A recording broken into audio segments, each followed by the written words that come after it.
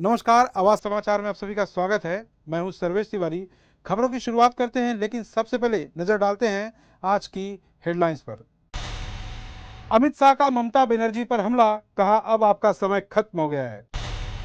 भारत का पाकिस्तान को करारा जवाब, सिंधु जल समझौते के लिए नहीं है भारत जिम्मेदार। पीओके पर गरजे बृजभूषण, राहुल कभी नहीं बनेंगे प्रधानमंत्री। पाकिस्तान जासूसी रैकेट पर एनआईए की बड़ी कार्रवाई। मिस वर्ल्ड बनी थाईलैंड की ओपन सुचाता, हैदराबाद में हुआ ग्रैंड फिनाले। अब खबरें विस्तार से। केंद्रीय गृह मंत्री अमित शाह ने कोलकाता में बीजेपी कार्यकर्ताओं की बैठक को संबोधित करते हुए ममता बनर्जी पर तीखा हमला बोला। उन्होंने कहा कि ममता बनर्जी के शासन में बंगाल घुसपैठ, महिलाओं पर अत्याचार, अपराध और हिंदुओं के साथ अनेकता का केंद्र बन गया है। शाह ने यह भी कहा कि बीजेपी साल 2026 में सरकार बनाएगी और घुसपैठ, भ्रष्टाचार और हिंदुओं के पलायन को रोकने के लिए काम करेगी। उन्होंने ममता बनर्जी पर बीजेपी कार्यकर्ताओं की हत्या का आरोप भी लगाया। शाह ने कहा कि टीएमसी सरकार जाते ही बीजेपी कार्यकर्ताओं की हत्या के मामलों में न्याय दिलाया जाएगा। अमित शाह ने आगे ये भी कहा कि बीजेपी को पश्चिम बंगाल में सरकार बनानी है और राज्य को घुसपैठ, भ्रष्टाचार और हिंसा से मुक्त कराना है।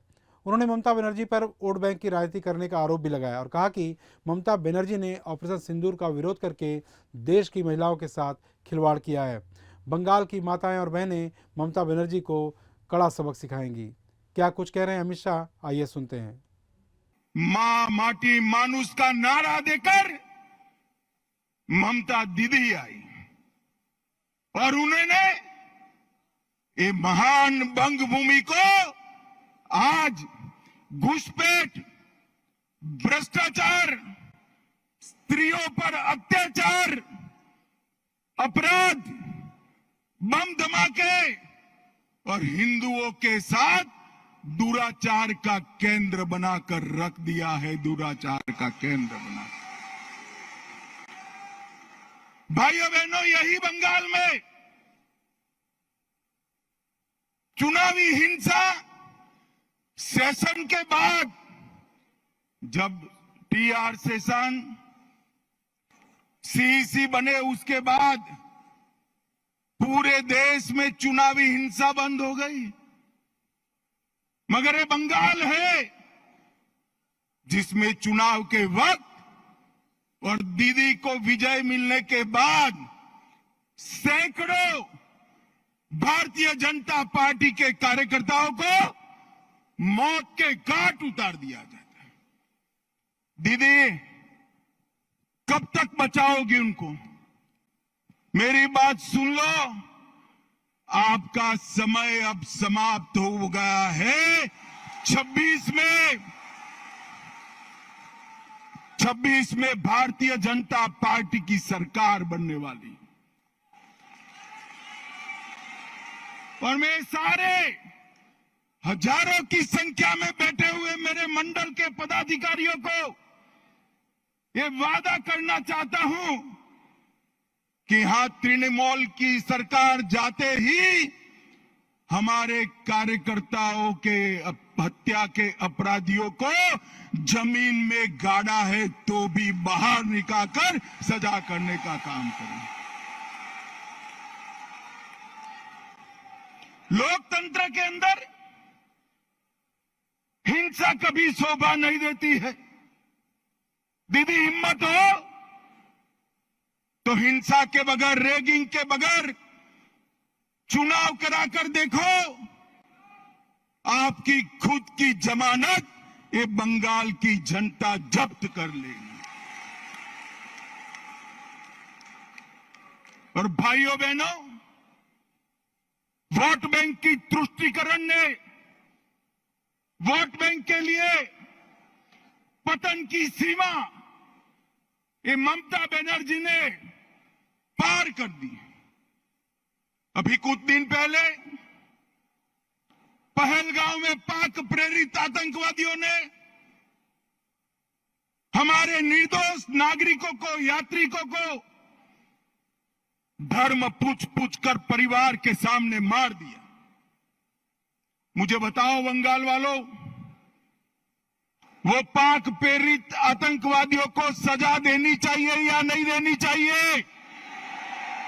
अरे जोर से बोलो, देनी चाहिए या नहीं देनी चाहिए? मोदी जी ने ऑपरेशन सिंदूर किया, ठीक किया या नहीं किया? भाइयों बहनों, हमने सर्जिकल स्ट्राइक करी, एयर स्ट्राइक करी, और अब ऑपरेशन सिंदूर कर 100 किलोमीटर अंदर जाकर उनके हेडक्वार्टर को ध्वस्त कर दिया। सैकड़ों आतंकवादी मौत के घाट उतार दिए गए, और दीदी के पेट में दर्द होता है। दीदी, इतना दर्द बंगाल का यात्री जब वहां मारे गए तब किया होता तो ठीक था। उस वक्त कुछ नहीं बोला, और मोदी जी ऑपरेशन सिंदूर कर यहां आए तो एक घटिया सा राजनीतिक बयान देकर ऑपरेशन सिंदूर का विरोध किया। मैं आज ममता दीदी को कहने आया हूं, आपने ऑपरेशन सिंदूर का विरोध नहीं किया, आपने इस देश की करोड़ों माताओं बहनों की भावनाओं के साथ खिलवाड़ किया है, खिलवाड़ किया।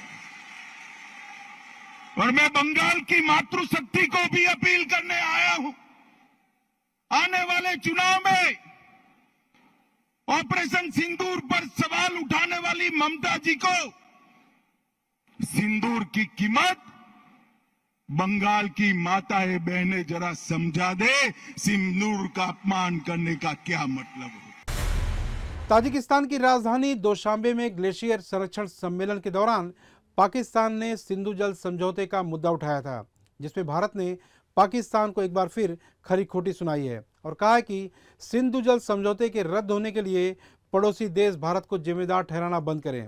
भारत के पर्यावरण मंत्री कीर्तिवर्धन सिंह ने कहा है कि आतंकवाद को बढ़ावा देने वाला देश अब भारत को जल समझौता खत्म होने के लिए जिम्मेदार न ठहराए। पाकिस्तान की तरफ से मंच का दुरुपयोग किया जा रहा है। पर्यावरण मंत्री कीर्तिवर्धन सिंह ने यह भी कहा है कि सिंधु जल समझौते की शर्तों में साफ तौर पर लिखा गया है कि इसे मित्रतापूर्ण तरीके से सद्भावना और ईमानदारी के साथ लागू किया जाना चाहिए। जलवायु परिवर्तन, तकनीकी बदलाव, जनसंख्या वृद्धि और लगातार सीमा पार से प्रायोजित आतंकवाद के कारण सिंधु जल समझौते को बरकरार नहीं रखा जा सकता। पाकिस्तान लगातार सीमा पार आतंकवाद को प्रायोजित करके इस संधि के समझौते का उल्लंघन कर रहा है। आपको बता दें कि भारत ने पहलगाम आतंकी हमले के बाद सिंधु जल समझौता रद्द करने की बात कही थी। पाकिस्तान अधिकृत कश्मीर को लेकर पूर्व सांसद और भारतीय कुश्ती महासंघ के पूर्व अध्यक्ष बृजभूषण शरण सिंह ने बड़ा बयान दिया है। उन्होंने कहा है कि पीओके के टुकड़े होने वाले हैं। साथ ही उन्होंने तेलंगाना के मुख्यमंत्री रेवंत रेड्डी को जवाब देते हुए कहा है कि कांग्रेस पीओके को वापस नहीं ला सकती, बीजेपी पीओके को वापस लाएगी। पीओके किसने दिया, तुष्टीकरण की राजनीति किसने शुरू की, कांग्रेस के शासन में इस देश का बंटवारा हुआ। उन्होंने आगे ये भी कहा है कि राहुल गांधी कभी भी इस देश के प्रधानमंत्री नहीं बन सकते क्योंकि उनका विजन अभी तक स्पष्ट नहीं है। बृजभूषण शरण सिंह ने राहुल गांधी पर हमला करते हुए यह भी कहा है कि वो एक कठपुतली हैं, उनकी विचारधारा टुकड़े टुकड़े गैंग से मिलती है। वह पाकिस्तान को खुश करने के लिए बयान देते हैं। अगर राहुल गांधी प्रधानमंत्री बन भी गए तो वह निश्चित रूप से इस देश को बेच देंगे। राहुल गांधी के नेतृत्व में देश को नहीं बल्कि देश के टुकड़े होने का बड़ा खतरा है। उन्होंने आगे ये भी कहा है कि बीजेपी ही देश की रक्षा कर सकती है। तेलंगाना सीएम ये कह रहे हैं कि अगर राहुल गांधी प्रधानमंत्री होते तो पीओके का स्थिति बदल देता थी, वो मिला लिया जाता भारत। देखिए, राहुल गांधी इस देश के कभी प्रधानमंत्री नहीं हो सकते, कभी नहीं हो सकते, क्योंकि हर आदमी का एक विजन होता है कि हमारा रास्ता क्या है। आज तक राहुल गांधी का रास्ता क्लियर ही नहीं है। वो कठपुतली हो गए हैं,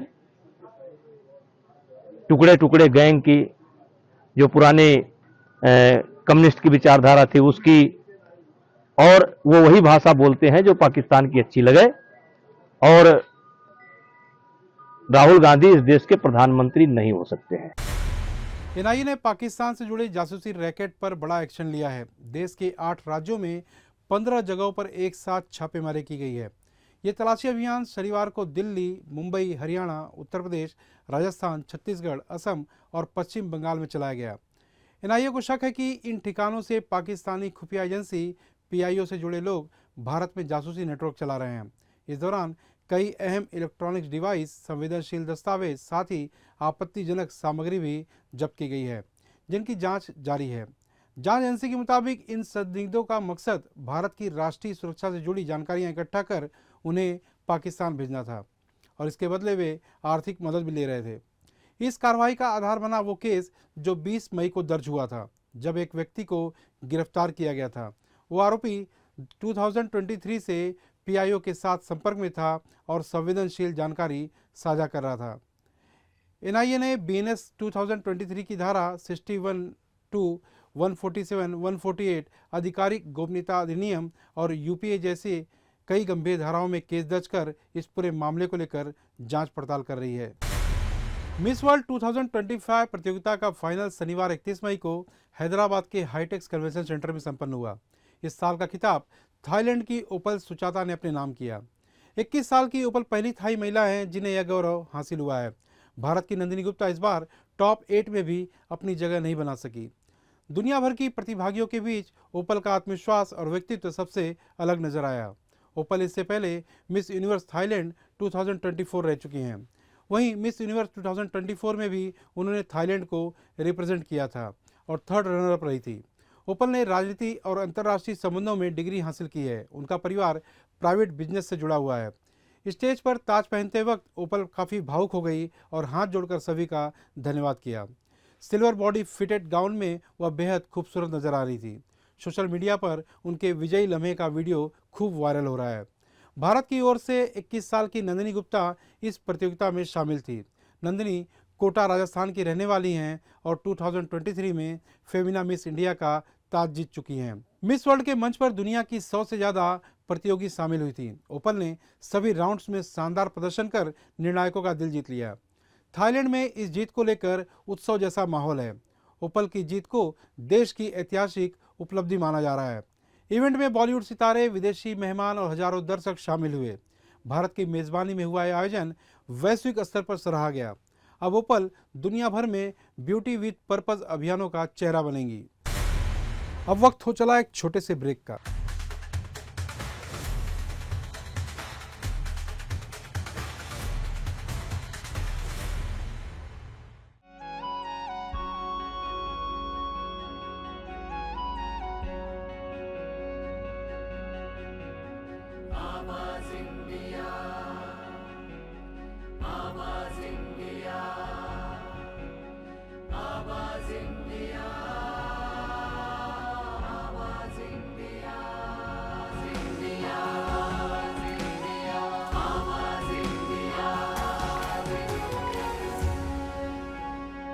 ब्रेक के बाद आवाज इंडिया के दर्शकों का स्वागत है।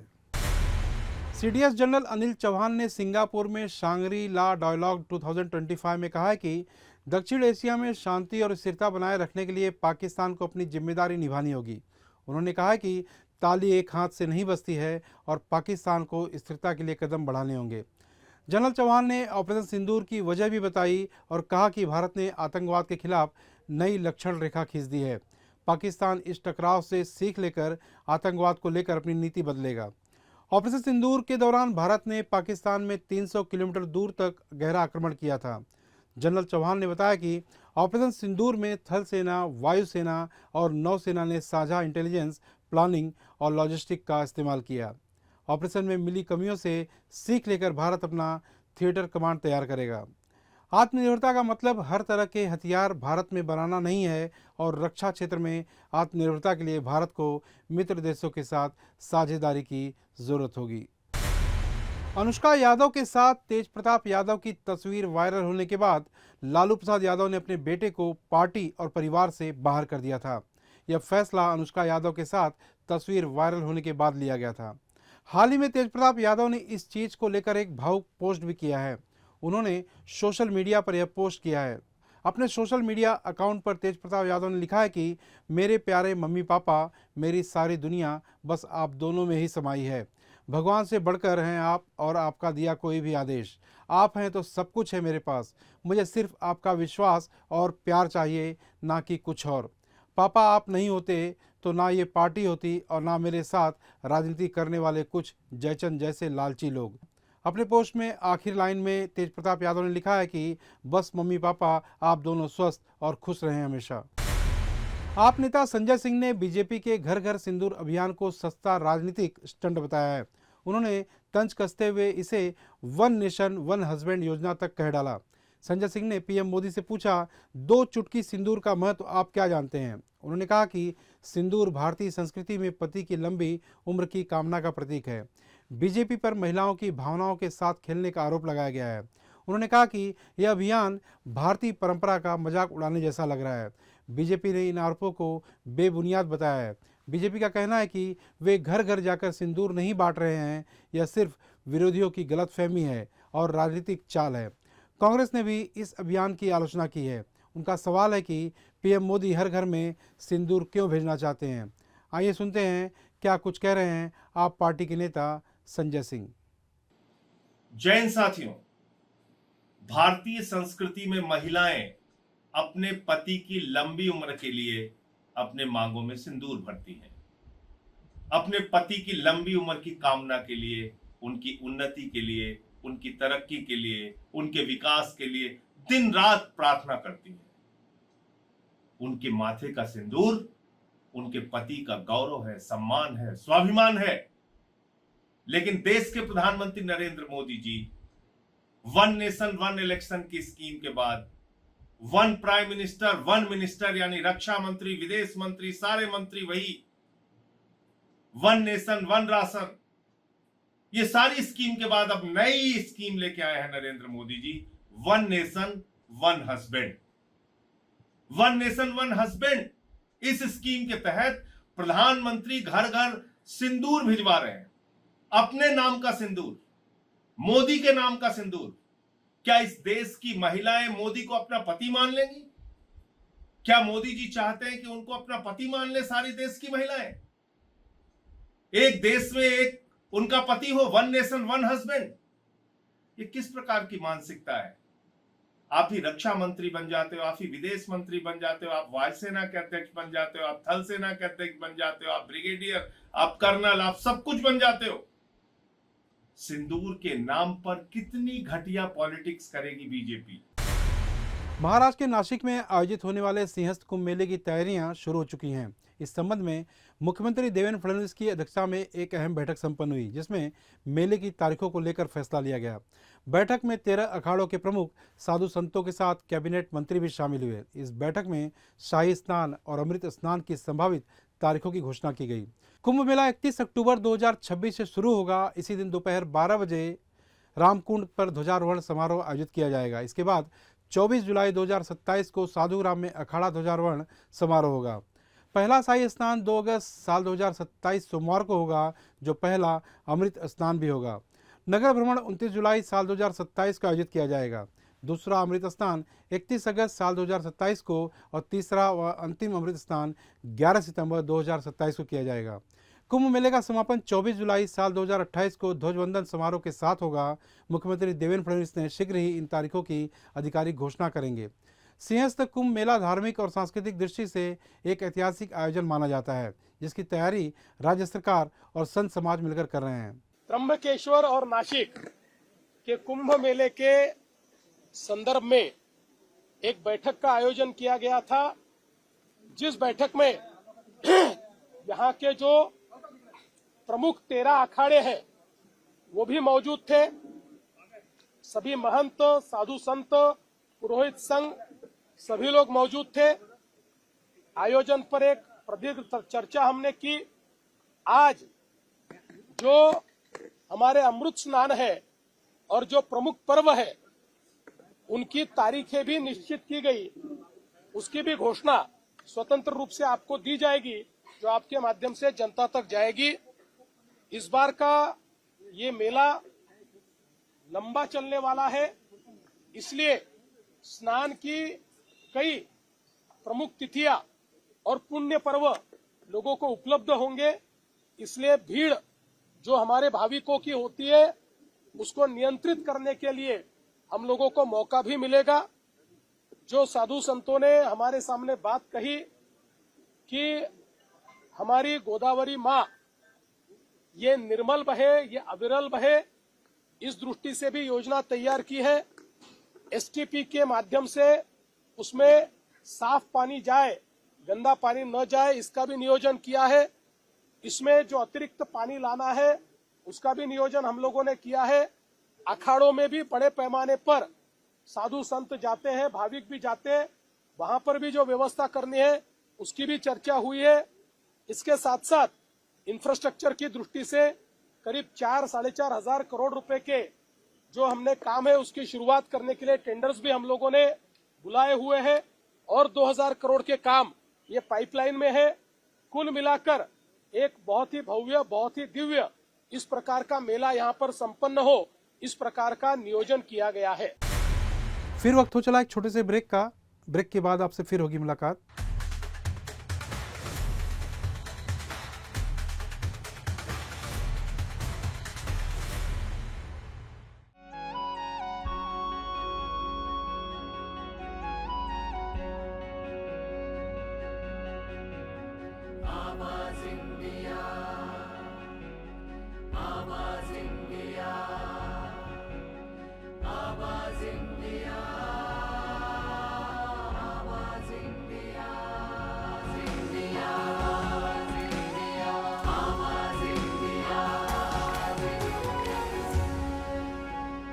ब्रेक के बाद फिर आवाज इंडिया के दर्शकों का स्वागत है।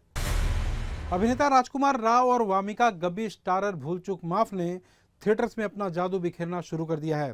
फिल्म की कमाई उम्मीद से कई गुना ज्यादा बेहतरीन प्रदर्शन कर रही है। आज इस फिल्म को रिलीज हुए 9 दिन बीत चुके हैं और इसने कुल 52 करोड़ 60 लाख रुपए की कमाई कर ली है। फिल्म ने अपने दूसरे शनिवार करीब 5 करोड़ 25 लाख रुपए की कमाई कर ली है। फिल्म भूल चूक माफ को सोलो रिलीज का खूब फायदा मिल रहा है। अब राजकुमार की फिल्म की कमाई पर असर सीधा एक हफ्ते बाद पड़ेगा, क्योंकि इसके बाद अक्षय कुमार की multi starrer film Housefull 5 release होने जा रही है। राजकुमार राव की फिल्म लगातार अच्छा परफॉर्म कर रही है। नए आंकड़ों की माने तो उनकी फिल्म की कमाई 90 दिन भी करीब 45.24% का इजाफा देख रही है। वहीं भूल चूक माफ बस कुछ ही दिनों में OTT पर रिलीज होने जा रही है। नए आंकड़ों के मुताबिक देखा जाए तो उनकी फिल्म की कमाई में 90 दिन करीब 45.24% का इजाफा देखा गया। हालांकि भूल चूक माफ बस कुछ ही दिनों में OTT पर भी रिलीज होने जा रही है। अभिनेता धनुष और ऐश्वर्या रजनीकांत ने अपने बड़े बेटे की ग्रेजुएशन सेरेमनी में साथ आकर सबको चौंका दिया। तलाक होने के बावजूद दोनों ने अपने बेटे की सफलता का जश्न मनाया। धनुष ने बेटे के ग्रेजुएशन डे की तस्वीरें सोशल मीडिया पर साझा की है। इन तस्वीरों में ऐश्वर्या और धनुष ने अपने बेटे को गले लगाया हुआ है। धनुष ने सोशल मीडिया पोस्ट के कैप्शन में लिखा है, प्राउड पेरेंट्स। इस मौके पर धनुष अपनी सादगी में दिखे। बेटे की ग्रेजुएशन सेरेमनी में भी वह सिंपल लुक में नजर आए। धनुष ने व्हाइट शर्ट ब्लैक पैंट पहनी थी, वहीं ऐश्वर्या ने ऑफ व्हाइट ड्रेस पहनी हुई थी। दोनों का यह अंदाज सोशल मीडिया यूजर्स को काफी पसंद आ रहा है। क्रिकेटर रिंकू सिंह और समाजवादी पार्टी की सांसद प्रिया सरोज की शादी की तारीख तय हो गई है। दोनों 18 नवंबर को 7 फेरे लेंगे। शादी से पहले 8 जून को दोनों की रिंग सेरेमनी लखनऊ के एक होटल में आयोजित होगी। इस समारोह में परिवार और करीबी रिश्तेदार भी शामिल होंगे। आपको बता दें कि जनवरी में दोनों का रिश्ता पक्का हुआ था और अब सगाई होने जा रही है। आपकी जानकारी के लिए बता दें कि प्रिया सरोज मछली शहर सीट से समाजवादी पार्टी की सांसद हैं। उन्होंने साल 2024 के लोकसभा चुनाव में जीत हासिल की थी। 26 वर्षीय प्रिया सरोज ने BP सरोज को 35,850 वोटों के अंतर से हराया था।